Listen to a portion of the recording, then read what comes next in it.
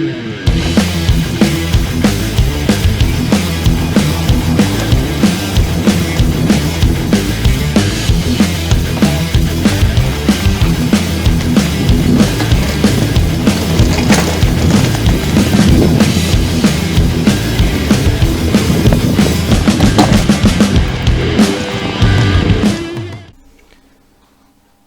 ketemu lagi sama saya Andik. Kali ini saya akan membagikan sedikit tutorial dari pengalaman saya sendiri. Kebetulan saya baru pindah dari pengguna Adobe Premiere. Udah beberapa hari ini saya mencoba menggunakan DaVinci Resolve Studio. Nah, pengalaman saya ini dari beberapa hari yang lalu sampai kemarin. Awalnya saya ngedit video di DaVinci Resolve itu, video pendek-pendek. Itu pas delivery ya. Kalau bahasa di DaVinci Resolve itu sedikit berbeda ya, delivery. Jadi proses rendernya itu nggak ada masalah gitu. Nah, ceritanya kemarin itu saya habis sepedahan, terus videonya lumayan panjang tuh kan. Terus saya edit di DaVinci Resolve, terus saya delivery, proses tuh render. Karena videonya panjang, tiba-tiba saya ngalamin error, jadi gagal render gitu, file gitu.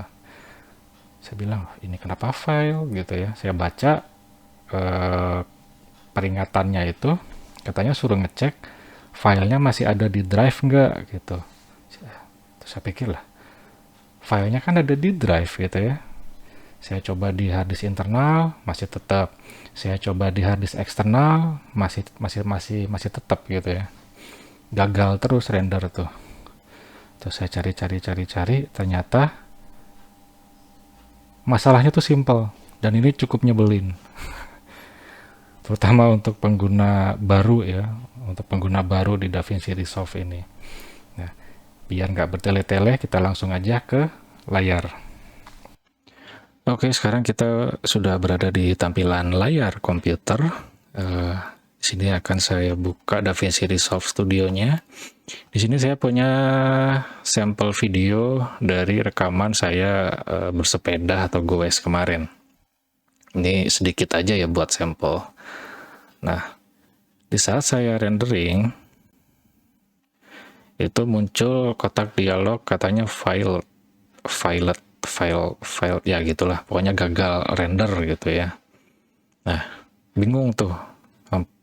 Bukan hampir seharian sih, ya seharian memang gitu, bolak-balik tapi terus aja gagal. Nah, caranya cukup sederhana dan ini cukup nyebelin juga.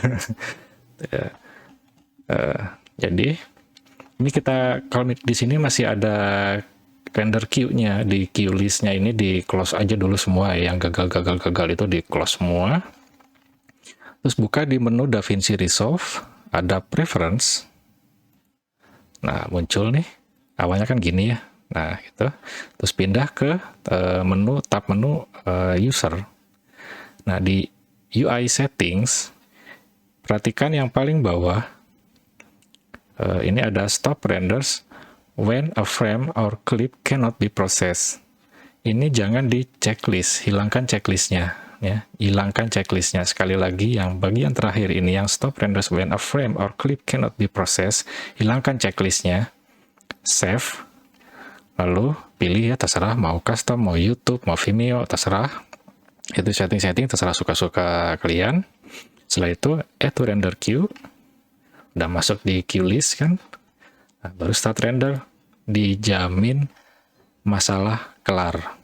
Kita lihat ya.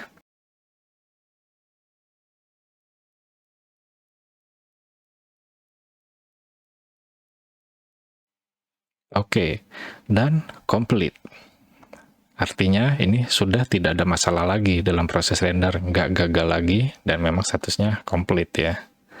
Oke, masalah selesai. Sesimpel itu ya.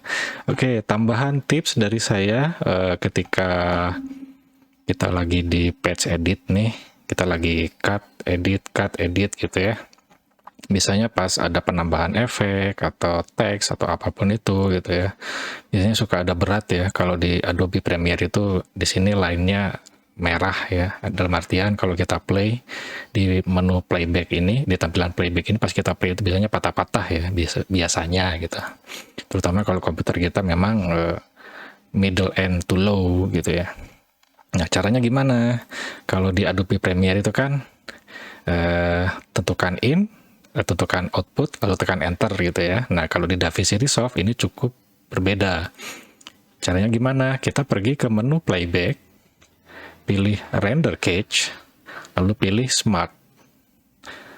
Tujuannya, ya ini ya, nah pilih smart.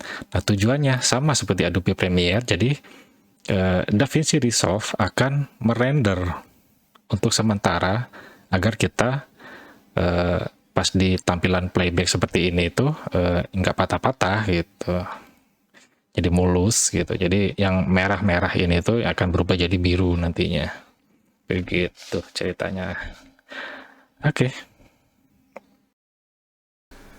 Oke, jangan lupa subscribe, like, comment, share, dan jangan lupa nyalakan tombol loncengnya biar nggak ketinggalan video-video tips dari saya. Terima kasih, sampai jumpa.